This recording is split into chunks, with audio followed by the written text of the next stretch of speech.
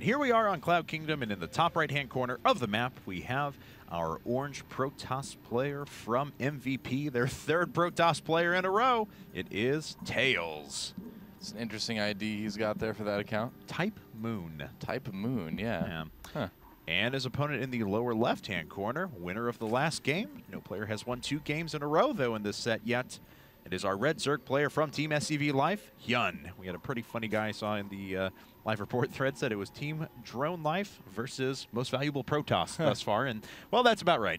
Yeah, I mean, I've always kind of wondered that. You know, I mean, obviously Coach Lee named the team the SCV Life, but why not change it to Team Drone Life? Because it is, you know, it's a largely Zerg team. They're like the Acer of Korea. TDL doesn't have the same like ring to it as TSL.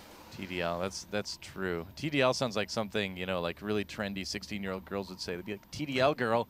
They're going to be like, yeah, TDL. TDL. YOLO. I know. YOLO. Hashtag YOLO. I just want to, like, remove those letters from the English language every time I hear that. Oh, my God. I was... which would make things like birthday very hard to say. Of course, I browse the Facebooks every now and again. I see the Facebook. Yes. And I had one of my... I hope he's not listening. I had one of my cousins on there who I think just turned 13. Had a picture of him and his friends at, like, you know, some sort of little party they were having, and it had YOLO down at the bottom, and I cried a little bit inside, honestly. You know, so whenever I hear that YOLO phrase, which if you don't know, it's like something that people say now that means you only live once. It's like, oh, we got to party because YOLO, dude. But here's the thing, like if we apply YOLO to StarCraft 2, there's one player that immediately comes to mind.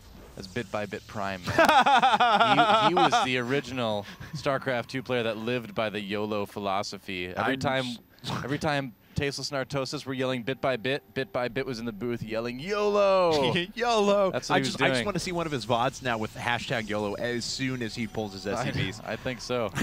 Well, someone make that happen on Reddit. I need to see that.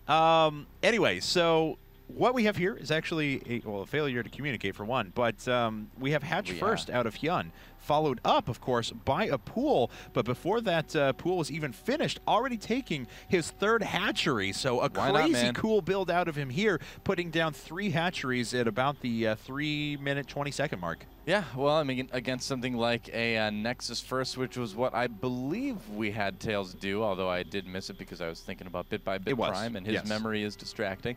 Then why not? You know, I mean, Zerg players are kind of playing around with, well, just how greedy can I be at this point, since Protoss players are going for that Forge expand, and we'll see how it works. I mean, it's okay. I mean, I think it's fine. It all depends on if Protoss players decide that it's going to be worth it to try to punish something like that with cannons, or try to start gateway expanding more than they are doing right now to try to cause Zergs to not be able to go for 3 hatch so quickly. We'll see. It's kind of that early game, how greedy can I be metagame. Theoretically, though, if HyuN were not to take any pressure whatsoever and could kind of macro unopposed, I think he would be able to max even quicker than we've seen some people do at that. You know, I think, what was it, like 11:10 was the fastest we've seen a Zerg player max. I think this could hit sub 11 minutes because of the amount of injects and queens they'll have available. That's, of course, if it does get punished, which naturally it will at some point. The Roach Zergling time trials. Yes. Max time trials. We have 2 gas going up for HyuN. A little bit quicker than a lot of Zergs choose to take it, but it is a little bit smaller 2-player map too, so you do tend to have to worry about that pressure coming from Protoss slightly faster than it does on other maps, like, say, Ohana or Daybreak or anything else, really. Well, let's see here now what HyuN decides to do from here on out. He did decide to double gas at 26 drones, and just finished a round of 5 here in a second. But, of course, we'll have a little bit better mineral income at this point because he did put down those hatcheries and had queens at him a little bit quicker. So just kind of a crazy way to go about things. But I'm certainly paying attention to this very, very closely. 3 more gates, 4 more gates, 5 more gates. Coming out now for TAiLS. Quick lair as well, and I didn't mean to say there, but I was like, but then it just made sense. So quick lair from TSL.HyuN and a Roach Warren as well. So Cloud Kingdom is one of those maps where you do need to get units a little bit earlier. You want to have your army out on the map. You don't want to be fighting in the choke by your natural or up by your 3rd so much, unless you can get some spines up there. It's definitely one of those maps where the place you fight decides, or goes a long way rather, in deciding, you know, how well you do rather than how many units you have or the composition of those units. So HyuN wants to have that army out early so he can get them in position. Looks like TAiLS is, you know, I think he was kind of about to fake a third there. I think he was going to see if there was Zergling there, kill it, and then fake like he was going to take a third, but I've got a feeling he's just going to try to win here in a couple seconds with this 2-base. Well, he certainly looking that way. Has a certain potential to do that. It's going to require quite a defense out of HyuN. He actually needs to finish up some more Overlords here in a second so we can use some of those available larvae that he is sitting around, because this 7-gate is incoming right now. Man, you know, I feel like HyuN's seen this coming at least 3 times now. I mean, he had the Overlord on the high ground. There's no upgrades. That's true. He just ran a Zergling through where the 3rd base would be, and he had an Overlord that should have been able to see a lot of that army walk by just on the lower right part of the map. So we'll see, man. I mean, I feel like HyuN should know this is coming. He's got no spine crawlers right now, which I feel is a little bit risky, but he's putting units in position. I mean, he's going to try it.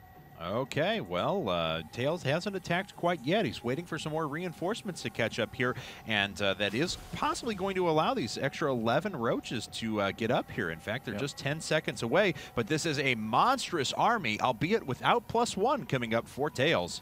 Yep, that's right. So those Zealots won't be able to 2-shot Zerglings. I like this decision by HyuN to just kind of pull back, pull off the drones right away. Force field's going down, but not really blocking off any units, just trapping them against the Zealots. Will that work out okay, though?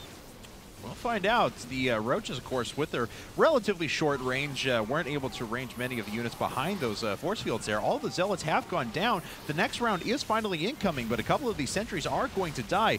That being said, 7 workers killed, 8 workers killed, continuing to increase now for TAiLS, and he is crushing through a lot of forces at the moment. Yeah, I mean, I feel like you really do need to have spines at your 3rd if you're going to defend against something like that. If you have like 4 spines, this never does damage. The Protoss just pokes in, he's like, okay, he's got spines, I'm going to move away. Now, HyuN is managing to kill off some of the sentries, but he's lost a lot of drones. So even if he does hold this off, which is going to be difficult even now, the damage has been done. I mean, I feel like TAiLS, yeah, he's just going to go ahead and kill the hatchery right now. HyuN in a load of trouble. Okay, well, we'll see if he can continue to reinforce and possibly push this back. He has dealt with those Zealots pretty effectively, and he's starting to try and go through some of these Stalkers now, but he still has an uphill battle ahead of him. I mean, if you think about it, he kills pretty much only the Zealots a lot of times and not too many of the Stalkers. Oops, the Zealots a little bit behind there. So with another warp-in cycle, you warp in 4 more disposable Zealots and then 3 Stalkers that usually stick around. So you can see, well, actually, the supply not really creeping as closely as I thought it would be when I was going to look up at the production tab, or at the supply counter in the upper right, rather. And TAiLS sacrificing a few additional Stalkers there to get out of Twilight Council, so he can move up with these Zealots here in a second. But now HyuN does have a pretty considerable amount of forces. He's still way down in workers at the moment, though. Yeah, exactly. So something like that, you know, it kind of depends. If TAiLS wants to just pull back and defend and take a 3rd, he'll have a probe lead. If he wants to continue attacking, there's sometimes a situation where if Protoss attacks efficiently enough, then HyuN will just eventually run out of steam because he just doesn't have a lot of workers. It looks like HyuN is going to go for it, though. Try to catch these units on the retreat. And he is actually going to do so. In fact, the Stalkers were thinking about just trying to get away there, and they are. So all the Zealots die, and it's just a few Stalkers left over now for TAiLS. Yeah, he's going for it, man. I mean, TAiLS has some Stalkers at home to defend, but no sentries, nothing like that. No blink, no plus anything. And here comes HyuN. And HyuN, pretty good control right there, actually dancing out of the way of a lot of those Stalker shots just so we can open up an additional attack path here, dealing with those Zealots pretty efficiently as well. Now finally starting to lose a couple of the Roaches up at the front, but there's a big attack path right through the middle of the natural, now open. And of course the Cybernetics core is done, so no more Stalkers actually incoming. Yeah, you know, I haven't seen a build quite like this from a Protoss in a very long time. Skipping that Forge and just going for a gateway push like this, and it looked like it was almost ready to work, but in the end, HyuN just has a ton of units right now. There it is, GG, and HyuN has taken game number 3 for TSL, or their 3rd game, I should say, was game number 4 in the set, but now they're just 2 games away from advancing. Yeah, HyuN up 3-1.